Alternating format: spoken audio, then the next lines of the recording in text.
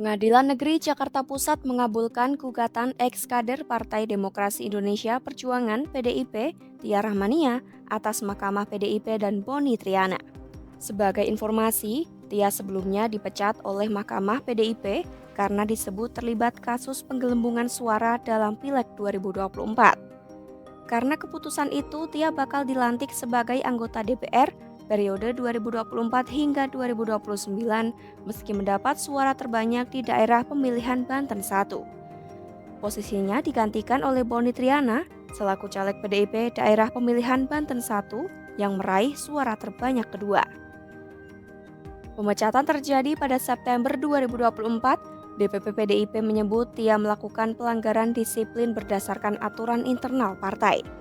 Tudingan Tia melakukan penggelembungan suara bermula saat Badan Pengawas Pemilu Banten, 8 panitia pemilihan kecamatan (PPK) di Dapil Banten 1 terbukti melakukan pelanggaran pada 13 Mei 2024. Bawaslu Banten menyebut 8 PPK itu menggelembungkan suara untuk Tia.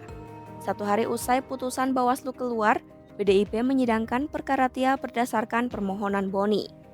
Proses pengusutan kasus penggelembungan suara yang menjerat Tia dilanjutkan dengan memberikan hasil putusan persidangan Mahkamah PDIP kepada KPU pada 30 Agustus 2024. Putusan tersebut juga ditindaklanjuti dengan sidang Badan Kehormatan PDIP pada 3 September 2024.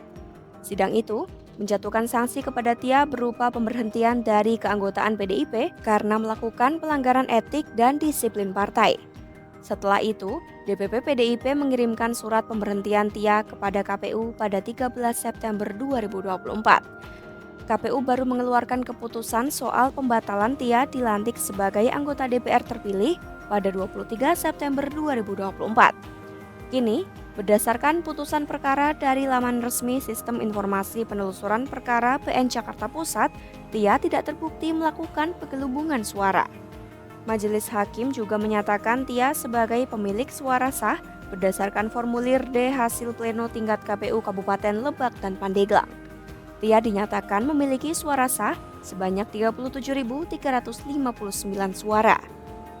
Sementara itu, juru bicara PDIP Guntur Romli pada Jumat 18 April 2025 menyebut putusan PN Jakpus terkait Tia sudah keluar sejak 2 bulan lalu. Ia pun mengaku heran hal itu baru ramai sekarang. Ia juga menyebut pihak tergugat yakni Mahkamah PDIP dan Boni Triana sudah mengajukan kasasi terkait putusan tersebut.